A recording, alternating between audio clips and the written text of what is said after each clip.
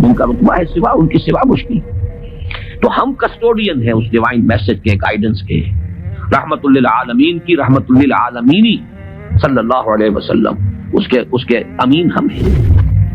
اس diagnosis درست ہے تو اب اس کا حل کیا ہے؟ پہلے تو یہ کہ اپنی ذمہ داری کو ہم پہچانیں. جس کا جتنا بڑا رتبہ ہے اس کی اتنی ہی بڑی ذمہ داری ہے، اور اگر وہ پہلو تو ہی کرے تو اتنی ہی سخت سزا کا مستوجب ہوتا ہے.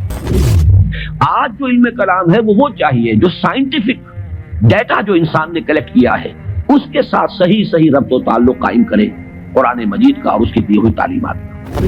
ہم تو خلافت راشدہ کے خاتمے کے بعد پھر الوہیت کی دامن میں آ گئے تھے. وہی بادشاہی، وہی عیش، وہی محل، بغداد کے محل اور بغداد کی راتیں.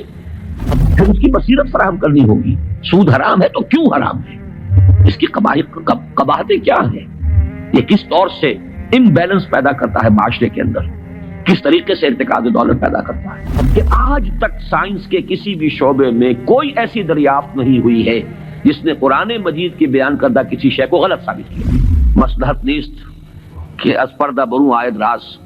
لیکن یہ کہ یہ جان لیجئے کہ یہ جو کچھ بھی ہمارے ساتھ ہو رہا ہے اس میں ایک تو وہ ہمارا جرم، ہم نے اس علم کا دروازہ بند کیا، اپنے تصورات کو محدود کیا، دین کو مذہب بنایا، علم کو صرف علم دین تک محدود کیا، اس کو ہم نے گویا کہ سیکولر علم قرار دے کر اپنے دینی تصورات سے خارج کیا. یہ ہماری غلطی. اور اس سے بڑا جرم یہ کہ اس آسمانی ہدایت کے بھی ہم کسٹوڈین تھے پہنچانے کے لیے، اور ہم نے یہ کہ خود اس کو پیٹھ دکھائی، خود اس کو اپنا امام نہیں بنایا، خود اس کو اپنا رہنما نہیں بنایا، اور دوسروں تک پہنچانے کا تو کوئی سروکار ہی نہیں، سوال ہی نہیں. اس ڈائگنوسس درست ہے تو اب اس کا حل کیا ہے؟ پہلے تو یہ کہ اپنی ذمہ داری کو ہم پہچانیں. ظاہر بات ہے کہ ذمہ داری جس کا جتنا بڑا رتبہ ہے اس کی اتنی ہی بڑی ذمہ داری ہے، اور اگر وہ پہلو تو ہی کرے تو اتنی ہی سخت سزا کا مستوجب ہوتا ہے. کمتر درجے کی ذمہ داری ہے، کوتاہی بھی ہو گئی ہے تو کمتر درجے کی سزا کفایت کر جائے گی. رتبہ بڑا ہے، جن کے رتبے ہیں بڑے ان کی سوا مشکل ہے، جن کا رتبہ ہے سوا ان کی سوا مشکل ہے. تو ہم کسٹوڈین ہیں اس ڈیوائن میسج کے، گائیڈنس کے، رحمت للعالمین کی رحمت للعالمینی صلی اللہ علیہ وسلم، اس کے امین ہم ہیں. لہذا پہلا کام تو یہ ہے ہمارے سامنے کہ اس علم کے اندر، جس کے لیے میں اب ایک لفظ استعمال کر رہا ہوں، اسلامائزیشن آف نالج، علم کو دوبارہ مسلمان کرو. یہ علم جو ہے، بڑی پیاری بات اقبال نے کہی تھی، عشق کی تیغ جگردار اڑا لی کس نے، علم کے ہاتھ میں خالی ہے میان ہے ساقی. بڑی پیاری تشبیہ ہے یہ. عشق سے مراد یہاں وہ ایمان ہے، ایمان کی وہ تیغ جگردار اس میان میں سے نکال لی گئی ہے، خالی نیام رہ گیا ہے. یہ پورا سائنٹیفک نالج جو ہے اس خالی نیام کے مانند ہے جس میں سے تلوار عشق نکال دی گئی. یہی تلوار عشق اس میں دوبارہ داخل کر دی جائے، ایمان کو اس علم کے ساتھ اگر شامل کر دیا جائے تو در حقیقت سارے مسائل کا حل ہو جائے. تو پہلا کرنے کا کام یہ ہے کہ وہ فلسفہ، وہ حکمت، وہ علم جو انسان نے اپنی سورسز کے ذریعے سے حاصل کیا، اس کا صحیح ربط اور تعلق قائم کیا جائے اس علم سے جو وحی کے ذریعے سے انسان تک پہنچا. ان کے آپس میں ریکنسائل کرنا، ان کے فصل اور بعد کو دور کرنا، اور اس میں قرآن کا دعویٰ ہے. اور جو تھوڑی سی بھی واقفیت رکھتے ہیں، واقعہ یہ ہے مورس بکائی نے پوری کتاب لکھ دی کہ آج تک سائنس کے کسی بھی شعبے میں کوئی ایسی دریافت نہیں ہوئی ہے جس نے قرآن مجید کی بیان کردہ کسی شے کو غلط ثابت کیا ہو. یہ بہت بڑا معجزہ ہے. جیسے قرآن کے اعجاز کا اس وقت سب سے بڑا مظہر کیا تھا کہ تمہارے ہاں بڑے سے بڑے فصیح اور بلیغ اور بڑے بڑے خطیب اور شاعر موجود ہیں، اس قرآن جیسا کلام موضوع کر کے لے آؤ. اگر تمہارا خیال ہے کہ یہ اللہ کا کلام نہیں، محمد کا اپنا کمپوزڈ کلام ہے، تو لے آؤ، فاتو بسورۃ من مثلہ. اور کوئی جھوٹ موٹ کو بھی کوئی جرأت نہیں کر سکا، اتنی ان کے اندر کم سے کم شرافت تھی. کوئی جھوٹ موٹ کو بھی سامنے نہیں آیا کہ کہتا کہ یہ ہے، میں کلیم کرتا ہوں کہ یہ قرآن جیسا ہے. اسی طرح آج کا سب سے بڑا معجزہ یہ ہے کہ قرآن مجید 1400 برس قبل کی کتاب. اور آپ کے شاید علم میں ہوگا ٹورنٹو میں، کینیڈا میں، جو وہاں کی یونیورسٹی ہے، اس میں جو ایمبریولوجی کے جو سب سے بڑے ماہر ہیں، جن کی کہ ٹیکسٹ بک پوری دنیا میں چل رہی ہے ایمبریولوجی کی، علم جنین، حیران رہ گیا وہ شخص کہ 1400 برس قبل جبکہ ابھی مائکروسکوپ کا کوئی وجود نہیں تھا. اتنی کریکٹ ڈسکرپشن ایمبریولوجی کے سٹیجز، اس قدر صحیح اس کی جو ہے ڈسکرپشن. یہ ڈسکرپشن کہ بچہ جو ہے ماں کے پیٹ میں 3 جھلیوں کے اندر 3 دیواروں فی ظلمات ثلاث پرورش پاتا ہے. ابھی تو کوئی ڈسیکشن نہیں ہوئی تھی ہیومن باڈی کے، یہ جو فزیولوجی ہے اور اناٹومی بھی اس کا علم انسان کو نہیں تھا. یہ حقائق کیسے آئے؟ اسی لیے قرآن کہتا ہے، اس کا دعویٰ ہے سنریہم آیاتنا فی الآفاق وفی انفسہم حتی یتبین لہم انہ الحق. قریب انہیں دکھائیں گے اپنی نشانیاں اور آیات، آفاق میں بھی، ان کے اپنے اندر، اپنے نفس میں بھی، یہاں تک کہ یہ بات بالکل ثابت ہو جائے گی کہ قرآن حق ہے. پہلے ہمیں اسے برنگ آؤٹ کرنا ہے، اس کو سامنے لانا ہے. پھر یہ کہ وہ حکمت اور فلسفہ اور ادھر سے ایمان، جس کو کبھی مولانا روم نے کہا تھا چند خانی حکمت یونانیاں حکمت ایمانی آرا ہم بخواں. کب تک یونانیوں کی حکمت پڑھتے رہو گے، اس کا فلسفہ پڑھتے رہو گے؟ کبھی قرآن کا فلسفہ، قرآن نے جو حکمت سکھائی ہے اسے بھی پڑھو. یہ ریویلڈ نالج ہے، یہ ریویلڈ وزڈم ہے، یہ ایکوائرڈ نالج ہے، یہ ایکوائرڈ وزڈم ہے.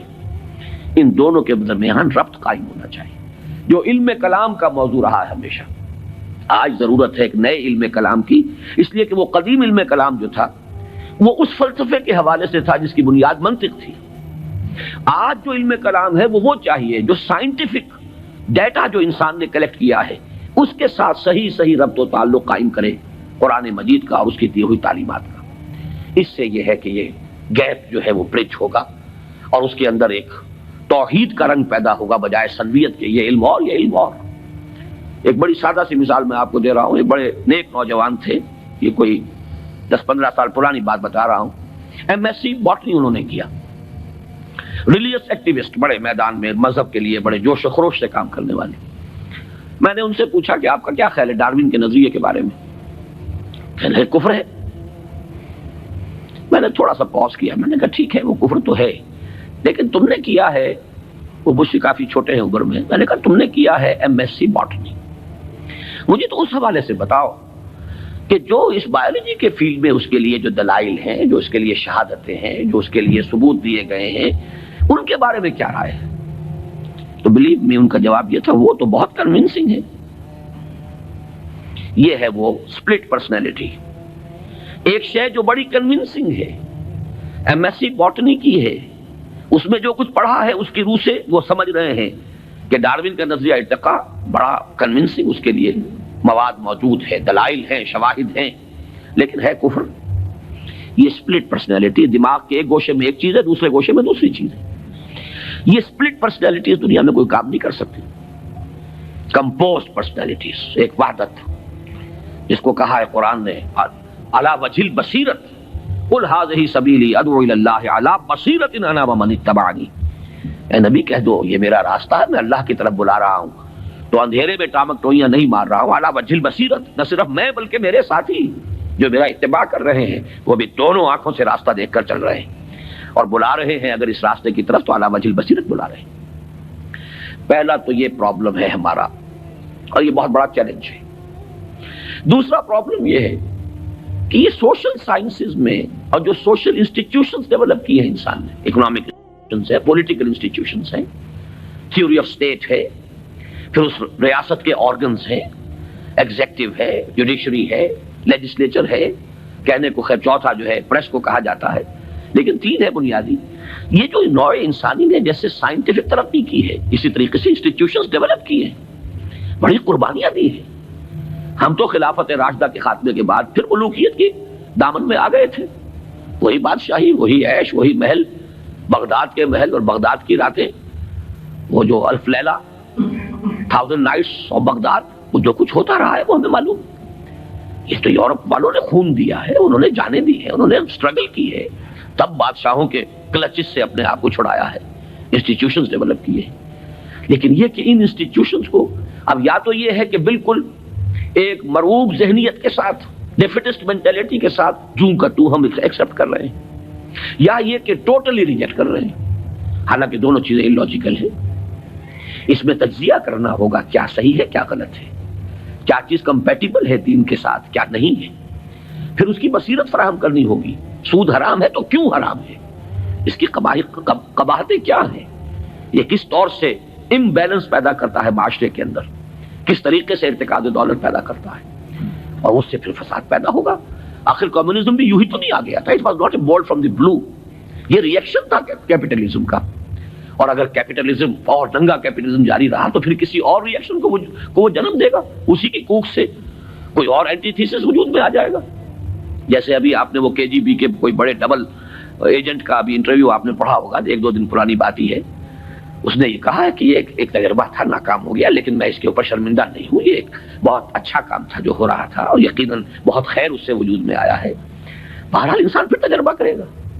اس اعتبار سے دوسری ذمہ داری ہماری یہ ہے، جو قرآن کے حامل ہیں، حامل قرآن، اگرچہ مجھے شعر یاد آیا اقبال کا، جانتا ہوں میں یہ امت حامل قرآن نہیں ہے، وہی سرمایہ داری بندہ مومن کا دین، جانتا ہوں میں کہ مشرق کی اندھیری رات میں بے ید بیضا ہے پیران حرم کی آستی۔ تو حقیقت تو وہ ہے جو اقبال نے کہی ہے، لیکن بہرحال سو کالڈ حامل قرآن تو ہم ہیں نا، قرآن کو ماننے والے، لیکن یہ کہ اس حامل قرآن امت کا دوسرا فرض یہ ہوگا، جہاں ایک طرف ایمان کے حقائق کو سائنٹیفک معلومات کے ساتھ ان کی ایک ربط اور تعلق کو اسٹیبلش کرنا، وہاں دوسری طرف سوشل سائنسز اور سوشل انسٹیٹیوشنز کا تجزیہ، کہ ان میں صحیح کیا ہے جس کو اختیار کرنا ضروری ہے، ان میں غلط کیا ہے جس کو اس میں سے مائنس کرنا ضروری ہے۔